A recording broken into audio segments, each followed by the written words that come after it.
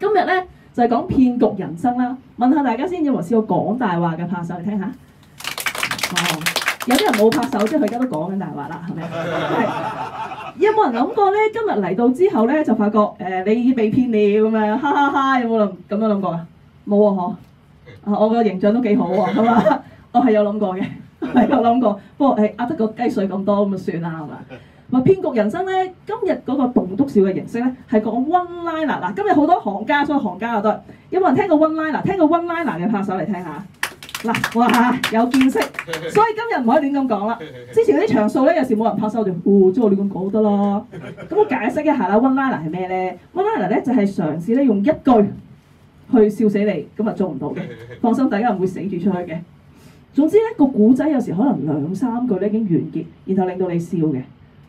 咁啊試下咯，試下。我突然間好認真。總之你有時咧，因為咧有時會覺得唔知你講咩 get 唔到，你覺得人哋開始笑啦，或者係停頓位，咁你笑就 O K 嘅啦。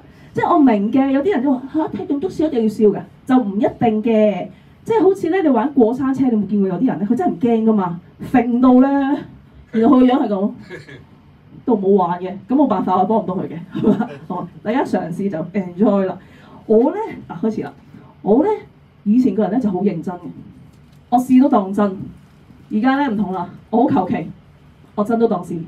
多謝多謝。以前我好想知道咧，咩叫做你必須要好努力先可以顯得毫不費力。我而家反而想知咧，點可以毫不費力，但係望落好似好努力。係好啦，啲聰明嘅朋友，係啦，有啲你嗰度 get 唔到唔緊要，跟住笑就得㗎啦，好開心嘅，好開心。上個月就佛誕啦，有啲人咧就好興，有佛教徒先，因為準備得罪佢哋佛教徒。冇啊，今日基督教當道喎，應該係嘛？基督教後面咧仲有基督教。頭先太多人冇機會，全部傾晒偈。咁佢佛教徒咧好興喺佛誕嘅時候買啲魚蝦蟹放生咁樣嘅。我覺得啲咧唔係叫做真正嘅放生，真正嘅放生咧係應該去緬甸買幾個香港人翻嚟，放佢翻工。先排呢個單新聞，我唔知你有冇睇？有個和尚啦，法師都幾高級，俾人發現佢有食肉喎。咁我就諗，原來佢有食肉㗎。咁之前啲信徒問佢咧，法師啊，其實唔食肉咧，即係覺得好肚餓啦，同埋好似唔係好夠營養。你係點樣做到㗎？原來法師真正嘅方法咧就係偷偷地食。好衰好衰。有一日咧，有個人就問神啦：神啊，點解你要創造曱甴啊？佢冇用嘅喎。神就話：咁啱嘅，佢都問我點解要創造你喎。